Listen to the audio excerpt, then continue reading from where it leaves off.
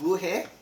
짠. 아니 또 엊그저께 티파시 만들다가 지금 다 마치지도 않고 뭐야 또 일본 전차야 왜 또? 갑자기 후진 전차를 만들어 보고 싶은 생각이 들어서 한번 만들어. 그 일본 전차 좀 공부 좀 많이 했어요? 아니요. 아이 목숨이 아까. 자 그러면은 이것도 일본 전차 한번 또 소개를 해드려야겠네. 아 그렇습니다. 이제 영보 씨도 한번 공부하시고 해가지고 이제 이번엔 뭐 일본 전차 소개하는 그런 영상을 하나 만들어 보도록 합시다. 네. 알겠습니다. 시청자 여러분 안녕하십니까? 디오라마 TV의 모델러를 위한 전사. 네. 아 이거 되게 오랜만이네요, 그죠? 아주 오랜만입니다. 그 요즘 뭐 러시아 전차들 그 생각보다 상당히 좀 문제들이 많다. 그래가지고 좀 폭망한 얘기들 나오고 있는데 뭐 그 여세를 몰아서 네. 그 러시아 전차는 양반인 2차 대전의 그 폭망한 일본 전차들 이야기. 네. 요걸 좀 오늘 해드리려고 합니다. 예. 그 현대 일본 전차는 어차피 이 서방 세계의 일환이니까 예. 뭐 서방 측 그 전차와 비교해도 크게 손색이 없는 그런 전차를 만들고 있지만 2차 대전은 전혀 그렇지 않았습니다. 졸전에 졸전을 거듭하고 예. 그랬었는데요. 예. 그래서 뭐 전차라고는 해도 뭐 한 기관포에도 펑펑 뚫리는 뭐 이런 전차였는데요. 기관 총에도 뚫렸다 하더라고요. 예. 이런 전차를 한번 오늘 알아보는 시간을 예. 갖도록 하겠습니다. 자 부랴부랴 저희가 작업 중이던 일본 전차들 다 갖고 나왔어요. 부랴부랴. 100% 완성된 건 하나도 없는데 뭐 실제로 웬만한 거 다 있습니다. 실제로 일본 독일군도요. 예. 페인트 칠 다 해도 우선 전장에 탱크를 보냈던 적도 있고 하니까 비겁한 변명입니다. 우리도 아직 색칠도 안 했는데. 네. 아무튼 저 2차 대전 일본군 전차는 사실은 뭐 여러 가지 있긴 해요. 네. 근데 뭐 두 가지로 사실 귀결이 됩니다. 그 두 가지를 하시면 95식 경전차. 네. 예.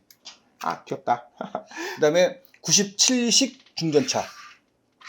네. 어허. 그래서 95식 경전차는 2378대. 네. 일본군 전차 중에 제일 많이 만들었어요. 그리고 97식 중전차는 요보다 약간 적은 2208대. 아이고. 예. 아니 2차 세계대전 때 독일만 해도 예. 각종 전차를 포함해 한 4만여 대 정도 만들었다라고 예. 하는데요. 미군 소련은 뭐 말할 것도 없고 예. 이거 두 대 합하면 4600대 정도 되죠. 나머지 전차들이 뭐 1000대씩이라도 되느냐 그게 아니고 예. 100대, 70대, 30대 이렇습니다. 예. 그래서 총 5000여 대 정도 2차 세계대전 때 일본군 전차를 만들어서 썼는데요. 뭐 일단은 뭐 이 항공기 우선이다 뭐 이런 것도 있었고. 세계 열강들이 식민지 생태를 위해서 전함을 더 많이 가지려고 경쟁을 하느라 전함과 전투기에 비해서 전차는 후순위였을 겁니다. 그래서 1920년대부터 일본군은 그 유럽 열강과 군비 경쟁, 네. 그 아까 얘기했다시피 함선 위주로. 네. 근데 일단 뭐 육군도 있어야 되잖아, 그죠? 그럼요. 네, 그래서 일단 전차 부대를 창설하게 돼요. 네. 그래서 처음으로 제식 채용한 것이 89식 경전차. 경전차. 네, 경전차. 근데 이게 처음에 나온 걸 갑형, 그다음에 네. 개량형이 을형이라고 하는데 이 을형부터는 이제 중전차로 이게 바뀝니다. 네. 네, 그래서 아무튼 요 개발 계기는 그 1차 대전 말미에 그 전차가 등장을 했잖아요. 네. 그래서 기관총과 그 참호 방어 진지를 돌파할 수 있는 네. 그런 전체의 가능성에 주목하고 이제 전체의 개발과 육군의 기계화가 진행이 되는데 일본 육군도 이제 이걸 뒤처지면 안 되니까 네. 그래서 치바의 기갑 학교를 창설하고 네.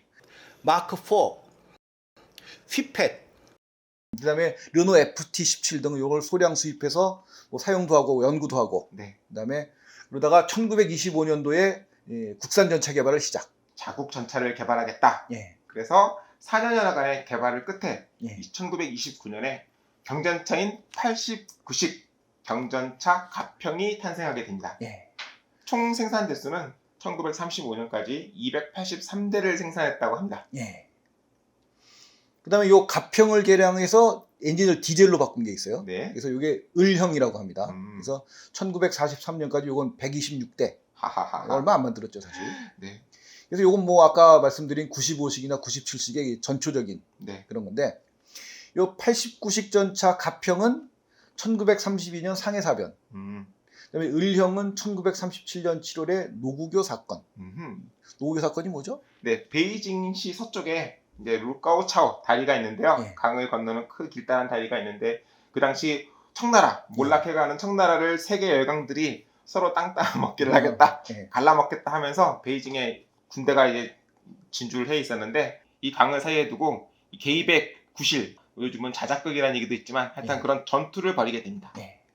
아무튼 요때 이제 처음 등장을 했고요. 참고로 제가 가봤어요. 제가 지린성, 예. 길림대학에 잠깐 다닌 적이 있었는데 예. 밤 기차를 타고 베이징에 가서 이 다리를 보고 왔던 적이 있습니다. 어쨌든 그래서 아무튼 요 80구식 중전차 을형은 네. 그 전비 중량이 13톤, 네. 그다음에 전면 장갑이 17mm. 어, 요게 문이 있어요 앞에. 근데 요게 17mm니까 요 바로 뒤에 이 조종사가 있는데 요거 뚫리면 그냥 가는 거예요. 그래도 처음 만들었을 당시에는 네. 적 기관총 정도는 막을 수 있겠다라고 생각을 하고 만들었겠죠. 네. 설마. 그 무장은 주포가 57mm 포, 네. 그다음에 6.5mm 기관총 2정을 장비를 했고, 근데 태평양 전쟁에서는 뭐 완전히 구식화돼 가지고 사용하지 않았지만 일부가 이제 태평양 전쟁 후반까지도 간간히 눈에 띄었다고 합니다. 1930년 초반에는 뭐 이 예. 정도면은 표준적인 장비였으니까 예. 크게 떨어지지 않았고, 예. 그리고 아무리 전차로서 우리가 뭐 전차 군단 판터, 타이거, 뭐 킴 타이거 이런 걸 봐서 그런 거지, 이 1930년대 당시에는 알보병이 예. 소총과 기관총으로는 이 전차를 도저히 이길 수가 없었다는 것은 당연한 사실이었기 때문에, 예. 지나고 난 시점에서 후졌다라고 하는 것은 요즘의 시각, 잘못된 시각일 수도 있다라는 것을 또 전제로, 그래서 다음 이야기를 또 하자면 1930년대 내연기관 엔진, 가솔린 엔진, 디젤 엔진이 나오기 시작하면서 굉장히 효율이 좋아지고 당연히 자동차 세상이 오게 됩니다. 예. 군대도 당연히 말 타고 다니지 않고 예. 군용 트럭을 통해서 보급을 하고 진격을 하게 되는데, 예. 이 탱크가 1차 세계대전 당시에 참호를 예. 돌파하기 위한 그런 생각으로 만들어졌다 보니까 이제 이런 것도 꼬리도 달려있고, 예. 그래서 전차가 20km, 예. 실제 운용 속도가 도로상 20km 정도밖에 안 됐기 때문에 도저히 그 바퀴 트럭들을 따라갈 수가 없다고 해요. 그래서 부대의 진격 속도를 도저히 따라가지 못한다는 문제가 발생하게 됩니다. 예. 그래서 요 1933년 네. 중국 대륙의 열하사변, 네. 그래서 이게 89식 중전차가 참가를 했는데 이 대열에서 계속 탈락했다 그래요. 계속 쳐지는 거죠. 그래가지고 그 당시에 있던 92식 중장갑차, 네. 요건 독일군 1호전차 같은 좀 그 탱크 같이 생긴 그런 장갑차인데 이게 시속 40km를 달렸다 그래요. 그래서 이게 아무튼 큰 전과를 올렸다고 합니다. 역시 빠르면 좋구나. 예. 네.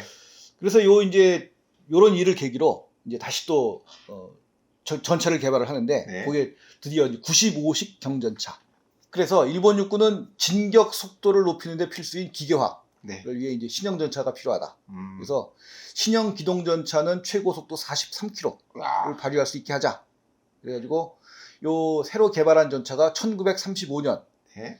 그 95식 경전차로 가제식 채용됩니다. 가제식. 네, 그래서 1936년에 정식으로 제식 채용되고, 네. 그래가지고 비밀 명칭은 하고라고 네. 붙였다 그래요. 근데 네. 요 95식이 왜 95식이냐면은 황기 2595년. 황기. 예, 그래서 95년에 95를 딴 거죠. 네. 그래서, 일본 최초의 천황이었다는 예. 간무 천황이 이제 즉위한 해를 기점으로 그렇게 세기로 합니다. 예. 그래서 그 끝자리 두 자리를 맨날 이제 95식이라고, 예. 97식 이런 식으로 이름을 붙이게 됩니다. 우리는 요 단기 같은 거예요, 우리로 치면. 그래서 네. 우리는 단기를 하면은 2333년을 더하잖아요. 네. 근데 일본 같은 경우는 660년을 더합니다. 어허. 예. 그러면 이게 황기가 돼요, 이게. 네. 자, 95식 경전차 하고 1936년 등장 시점에서는 서구 열강들의 저 경전차와 비교해서 겉보기에는 그다지 떨어지지 않았어요. 왜냐면은 그 당시에 뭐 독일에 뭐 이런 1호 전차도 있었을 거고 여기 2호 전차도 예. 있고, 그래서 뭐 비슷하죠, 겉보기에는. 그래서 크게 떨어지지 않았었는데, 사실 기초 체력이라고 할지 예. 과학기술의 근간은 전혀 달랐기 때문에 이제 2차 세계대전이 발발하고, 예. 발발하기 전부터 이미 전쟁의 분위기가 물씬물씬 올라왔죠. 예. 나라를 폴란드를 강제로 갈라먹고, 예. 미국과 일본 같은 경우는 서로 필리핀이나 이런 만주국을, 예. 중국 대륙을 놓고 서로 이제 기싸움을 예. 하면서 사실상 전쟁이 이제 곧 벌어지겠다 예. 생각을 하면서 다들 이제 군사 과학 기술에 총력을 기울이는데, 알다시피 일본은 기초 과학 기술에 있어서는 전혀 서구 열강들의 발끝에도 미치지 못했기 때문에 예. 본격적으로 경쟁을 하게 되니까 뭐 쑥쑥쑥 1호 전차, 2호 전차, 3, 4호 전차 계속해서 전차들이 크고 강력해지는데 반해 일본 전차들은 그렇게 개량을 할 수가 없었다고 합니다. 예. 아하. 그래서 이 95식 경전차는 무장이 37mm 포예요. 예. 그래서 37mm 포하고 7.7mm 기관총 2정. 네. 예. 그래서 이 37mm 주포는 그 94식 36.79경입니다. 네. 그래서 이 37mm는 사실 뭐 요 당시에는 표준적인 화포다. 이렇게 볼 수 있었고, 요 장갑 관통력은 100m에서 50mm, 네. 1000m에서 20mm. 100m에서 5cm면 그 당시에 경전차들 같은 체급의 전차들을 충분히 격파할 수 있었을 텐데요. 그렇죠. 그 4호 전차 초기형도 30mm였잖아요. 그렇죠. 예, 그러니까 근데 여기 저 문제는 뭐냐? 품질이 열악한 일본제 강판을 기준으로 한 것이다. 그래서 이 장갑 관통력의 열쇠가 또 바로 드러나게 돼요. 하하하. 자, 그리고 이제 방어력 면에서는요. 네. 요 두 가지 의견이 있었다 그래요. 네. 그래서 기병과 등 그 자동차화된 쾌속 부대, 네. 여기서는 자동차와 함께 행동할 수 있도록 높은 기동력을 요구를 했다. 네. 그래가지고 그 대신에 장갑은 좀 희생해도 된다. 반면 보병과에서는 장갑을 강화해야 한다. 그래서 보병과에서는 1000m 거리에서 발사된 적의 37mm 탄에 견딜 수 있는 30mm 정도의 장갑을 요구했다 그래요. 어허. 네. 서로 이제 작전하는 양상이 다르니까. 네. 근데 이제 결론이 어떻게 났냐면은 어쨌든 이때부터 무조건 빨리빨리입니다, 일본은. 그래서 사실은 원래대로 제대로 된 지도자라면 자 그러면 그 두 가지가 다 타당하기 때문에 네. 두 가지를 모두 만족하는 좋은 전차를 개발하고 외국과 협력을 해서 서구 열강 등과 협력을 해서 좋은 전차를 개발했으면 좋았겠건만 이미 미국하고는 이미 틀어졌고 이제 전쟁 러시아하고도 이미 준전시 상태에 들어갔고 그렇기 때문에 그야말로 그런 시간이 없는 거죠. 그래서 둘 중에 하나 양자택일 양자를 포함하면 좋겠지만 그래서 결론은 쾌속 기동전차로서 12mm의 장갑이면 충분하다.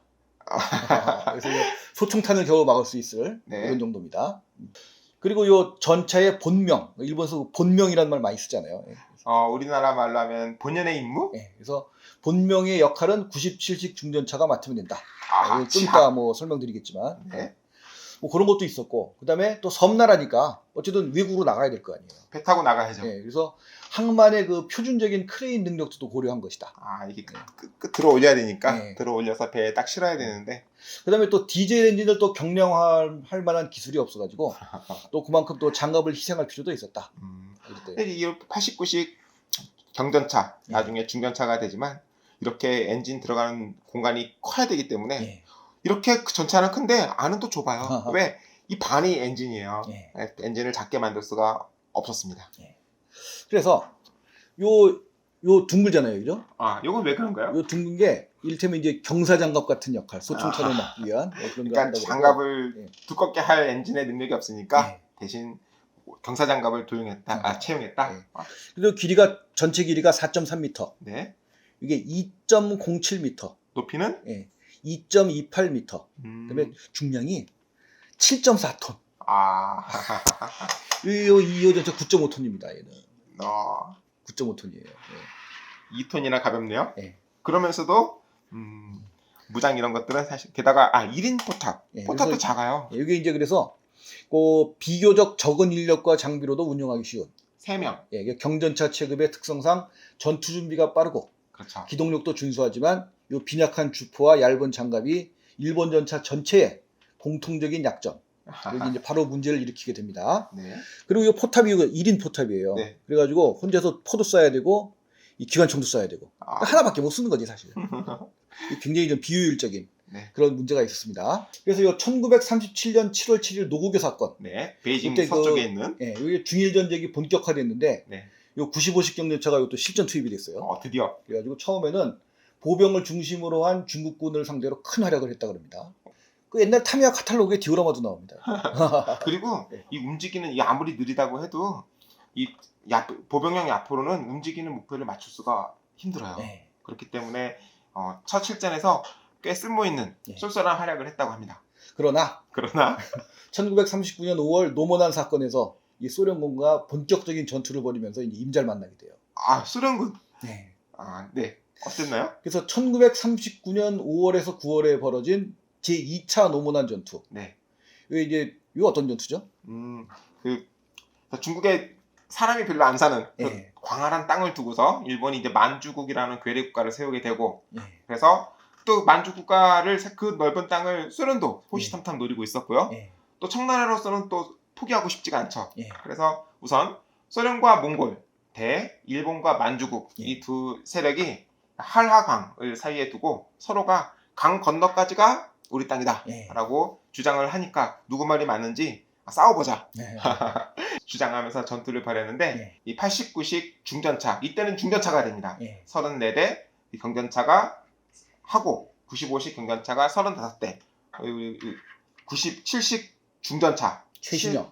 최신형도 4대 이렇게 해서 참가를 했고 소련군은 BT-5 그 다음에 T-26 등이 참가를 총 500여 대 예. 정도 참가를 해서 500대 대 70여 대 73대. 네, 73대가 이렇게 싸우게 되는데요.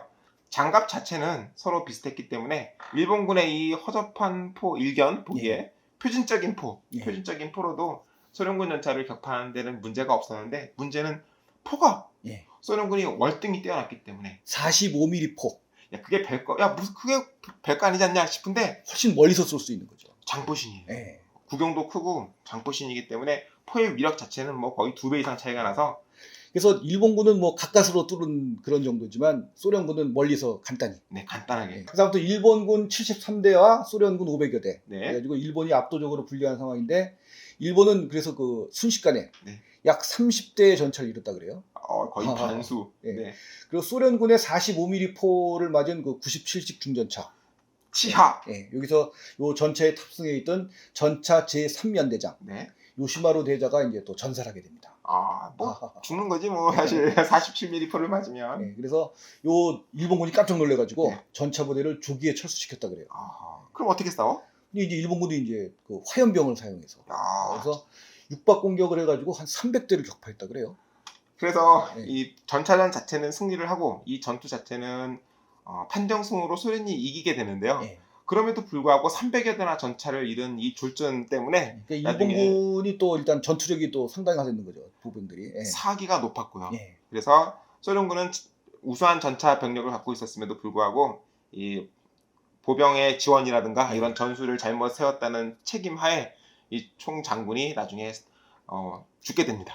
자, 아무튼 95식 경전차 요 정도 설명드리고 참 그 태평양 전쟁 관련 영화에서 보통 나오는 게 다 이거예요.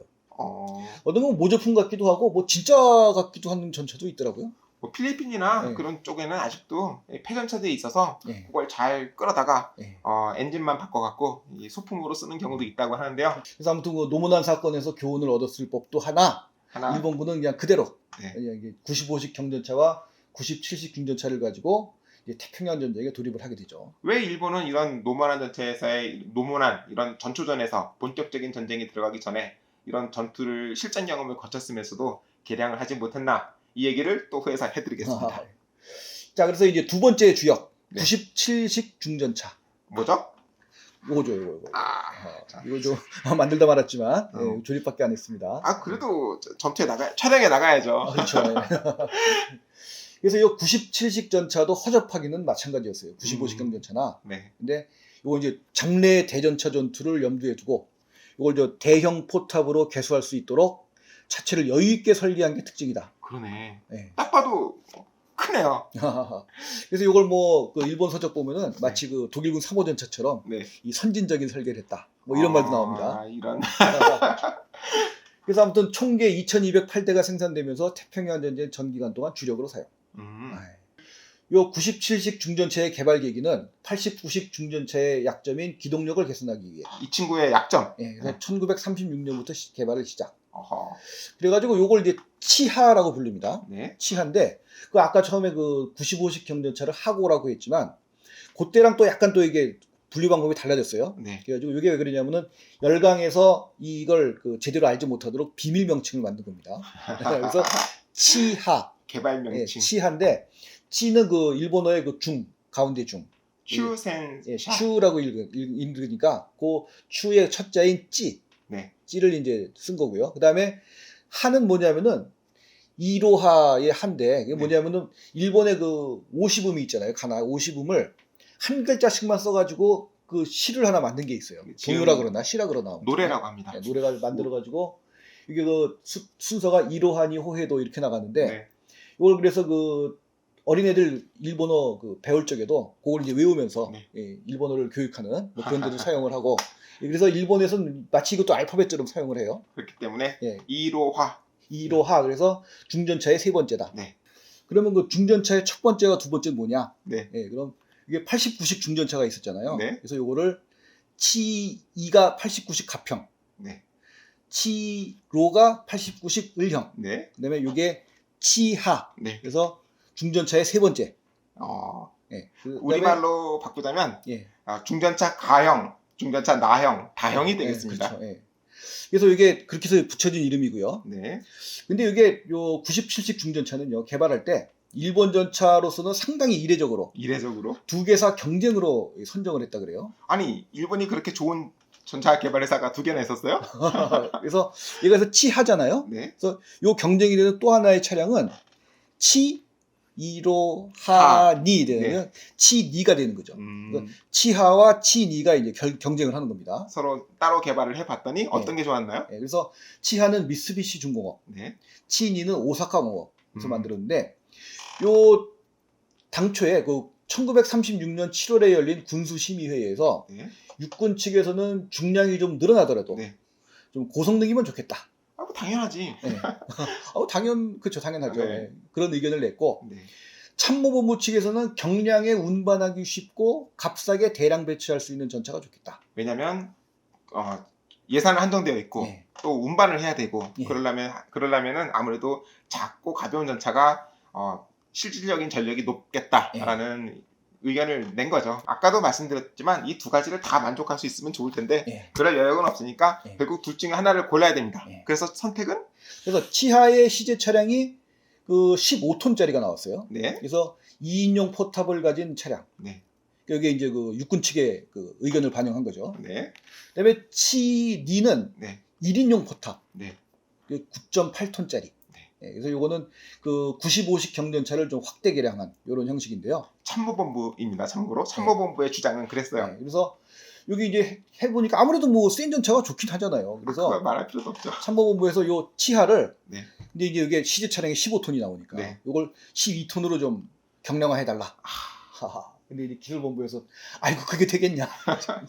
그래가지고 여기 불가능하다고 하니까 그래? 그럼 이건 못 쓰는 거지 뭐. 그래가지고 치니로 이제 기울었다 그래요 의견이. 그런데 요 시점에서 또 육군 전차학교에서 또 뭐라 그랬냐면 1인용 포탑은 절대 안 된다. 맞아. 라는 불만을 나타냈다 그래요. 지극히 상식적이고 당연한 얘기인데요. 한 사람이 거기서 뭐 하라는 거냐 도대체. 네. 그래가지고 여기 일단 이런 불만이 일단 나왔고요. 그 다음에는 이제 결정적으로 1937년 7월 7일 노구교 사건 있잖아요. 이게 터짐으로써 요 순식간에 육군 예산이 이제 증액이 됩니다. 그래가지고 육군의 연 예산이 연 5억에서 그냥 17억 엔으로 3배가 넘게 늘어나니까 이제 이걸 장비할 여력이 생긴 거예요. 그래서 이게 이제 채용이 되는 거죠. 드디어 그렇게 최후의 승자랄지 양산이 결정되었는데 여기서 잠깐 타국의 전쟁 비용 그런 거를 잠깐 비교를 해볼게요. 그 당시 일본이 최고의 무기라고 해야 될지 결전병기라고 해야 될지 국군 나라의 운을 총력을 기울여 만든 무기가 있었는데 바로 야마토죠. 전함 야마토. 그 당시 비용 건조 비용으로 1억 5천만 엔. 그 당시 비용입니다. 80년 전에 1억 5천만 엔으로 야마토를 만들었어요. 근데 그 당시 육군의 노구교 사건으로 증액을 하고서도 17억 엔이었으니까 야마토 10척 정도밖에 안 되는 거죠. 야마토 11척 만들 비용으로 육군을 총 운용을 해야 됐었어요. 참 그러고 보면은 쥐와 짜고 해서 전쟁 비용을 마련하는 건데 자 그러면 반대로 싸워야 할 미국은 어땠는가? 미국은요 놀라지 마셔야 되는데 미국은 2차 세계대전 중에 4조 달러를 전쟁 비용으로 썼다고 합니다. 이게 당시 기준으로 간단 계산해서도 4,400조 원. 80년 전에 4,400조 원. 뭐 지금은 말할 수도 없고요. 이런 엄청난 전쟁 비용을 조달할 수 있었어요. 이것도 뭐 쥐와 짜고 해서 한 게 아니라 국민들한테 야 우리 전쟁을 해야 되니 유럽을 유럽의 평화를 지키고 우리 진주만을 공격한 비겁한 잽스에게 복수를 해야 되니 전쟁 비용이 필요한데 예. 자 전쟁 비용이 정부가 당장 돈이 없으니까 전쟁 끝나고 갚을 테니까 뭐 채권 좀 사지? 채권 나중에 이자 붙여 4% 이자를 붙여서 줄 테니 갚을 테니까 정부가 국민들한테 돈을 빌린 겁니다. 예. 근데 국민들이 돈이 없으면은 4% 이자를 준다 하더라도 돈이 없는데 어떻게 그 채권을 사? 예. 근데 그 당시 미국은 국민들이 돈이 많았어요. 그렇게 가볍게. 가볍게 이 전쟁 비용을 조달하고 자 그런데 일본은 뭐 우리 조선하고 뭐 저 만주국을 다 쥐어 짜도 나올 수 있는 게 뭐 쌀밖에 없으니까 뭐 그런 국민들한테 돈을 빌려달라고 해도 돈이 있어야지 빌릴 거 아니야. 참고로 돈이 없으면은 돈을 찍어내면 되지 않느냐. 이렇게 이런 단순한 생각을 하고 나중에 구소련이 그렇게 돈을 찍어냈다가 홀딱 망합니다. 어쨌든 일본이 그 정도로 멍청하지는 않았고 우리나라에서 쌀도 많이 가져가고 그래갖고 억지로 쥐어 짜갖고 17억엔이라고 하는 그 당시 돈을 미국에 비하면 뭐 100분의 1도 안 되는 돈을 이제 겨우 마련을 하는데요. 유럽은 또 어땠는가?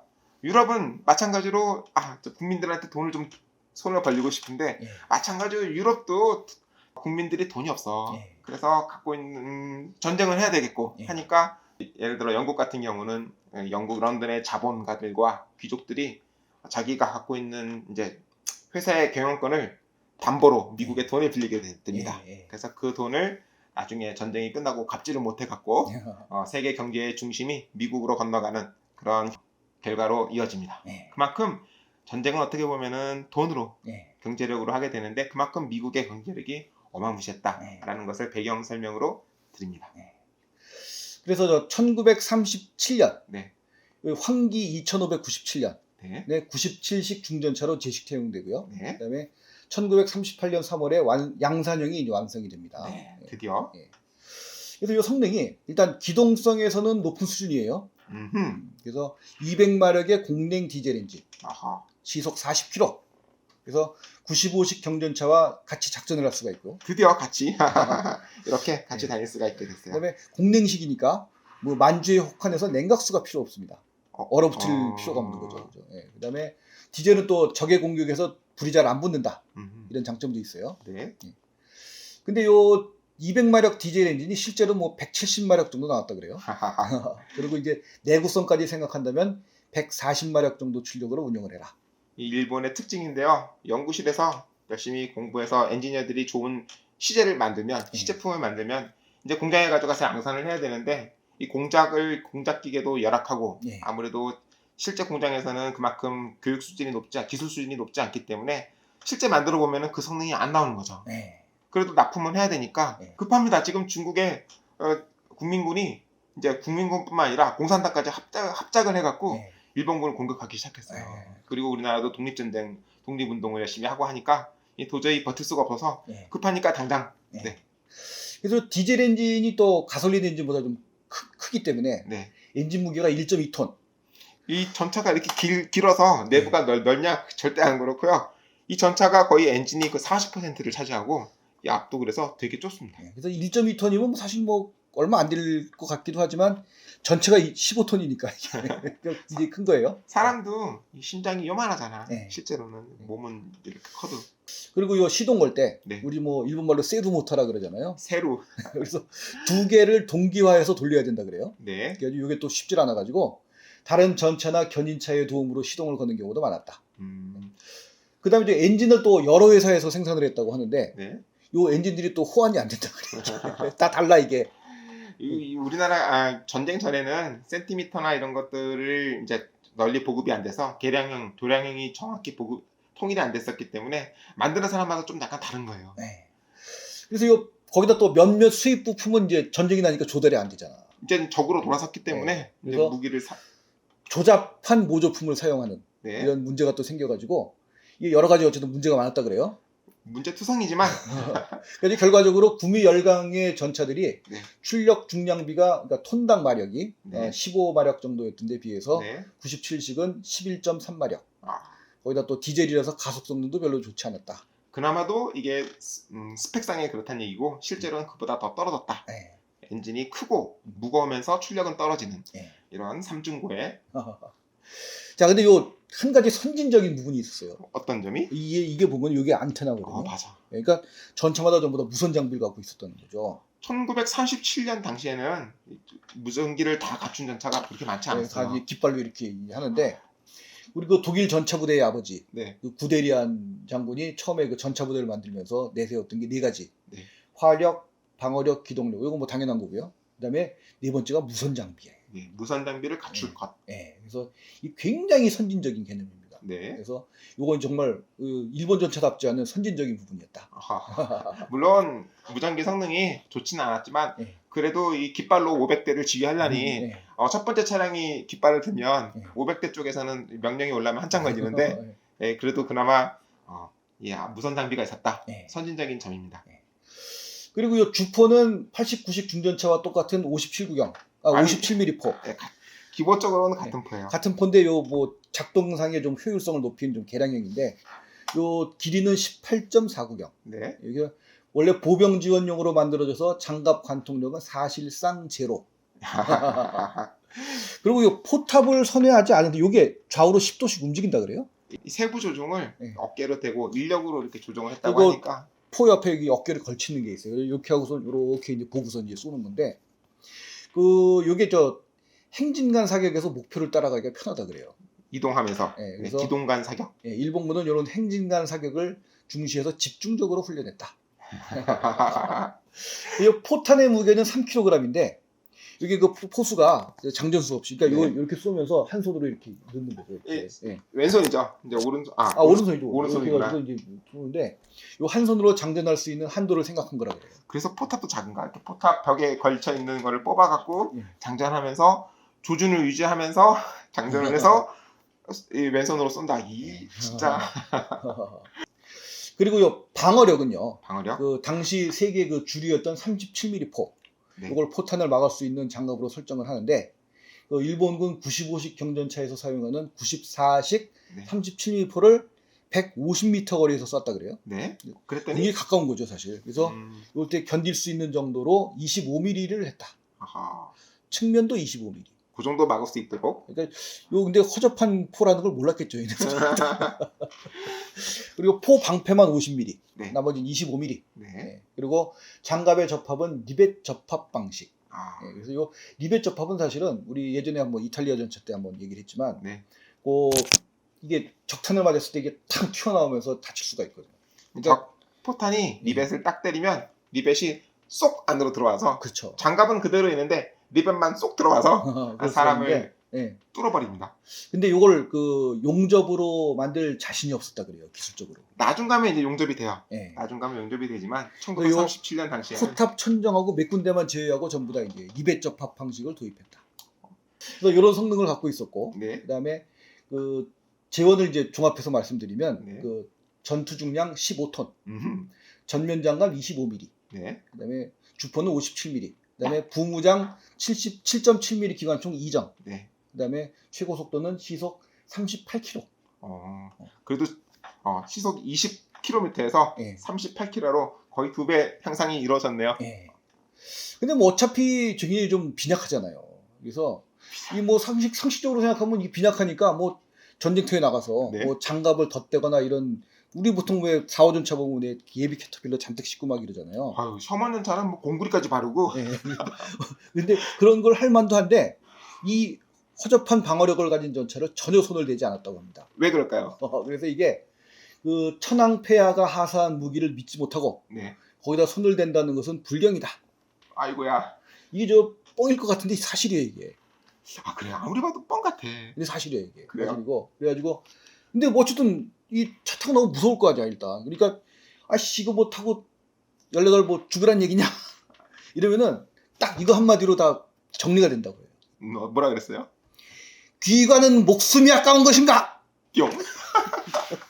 아니 목숨이 살아야 또 싸울 거 아니야. 그래서 전쟁터에서 천황폐하를 위해서 명예롭게 죽는 것은 영광이다. 명예롭게 살아야 되지 않나? 그래서 그러고 보니까 패튼 장군이 명예롭게 죽지 말고 나라를 위해서 상대를 죽여라 라고 이렇게 훈시를 했다고 하는데 일본군은 처음부터 죽는 거네. 아무튼 어쨌든 이 명예롭게 죽는 게 이제 자랑이다. 이제 이런 의식을 다 이제 보급을 하는 거죠. 정신론이. 예, 그래가지고 이런 얘기만 하면 이제 아무 얘기도 못 하는 거죠. 그래서 인터넷에 찾아본 결과 일본 사람들도 그런 게 뭐 말이 안 된다는 얘기를 몰랐지는 않았을 거고요. 일본 그 당시 이제 장교를 배출할 때 외국에도 다 유학을 보내고 그래갖고 외국의 실상을 몰랐던 것은 아니지만 아무리 쥐어짜도 일본과 뭐 미국의 경제력뿐만 아니라 서구 열강들 간의 기술 격차가 현격하고 단기간에 도저히 극복할 수 없기 때문에 어차피 안 되는 것, 이 장갑을 잠깐 살겠다고 장갑을 강화하느니 차라리 일본군 본래의 기동성이라고 해야 될지 모르겠지만 어쨌든 기동성을 살려서 적을 우회 공격하거나 야습 이런 걸 해갖고 어떻게든 싸우는 것이 중요하다라고 변명 아닌 변명을 했다고도 합니다. 그래서 증가장갑을 한 97식 전차가 이 기록상으로 나오게 딱 한 건이 있었다 그래요. 아니 2300대 중에 한 대. 한 건지 샀지. 전차 제23년대 소속 차량 한 대가 네. 포탑 전면과 차체 전면에 25mm 장갑판을 볼트로 고정했다. 굉장히 용감한 용감한 지휘관이네. 그래서 이런 의식이 요즘도 이어지는지 그 일본 육상자위대 전차들이 개수를 잘 안 해요. 61식, 74식, 뭐 90식 나올 때는 세계 최고죠. 나올 때는 좋게 만들었는데 이게 세월이 지나면서 다른 나라에서는 업그레이드를 하는데 여기는 안 하는 거죠. 그러게. 네.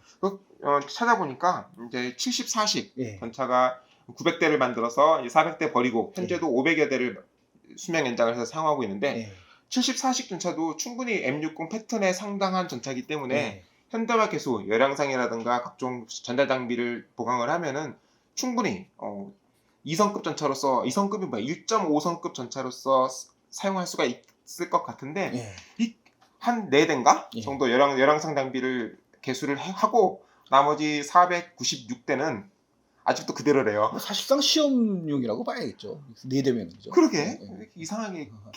자 그리고 아까 말씀 안 드렸는데 그 일본군의 경전차와 중전차를 구분하는 기준 무게 10톤입니다.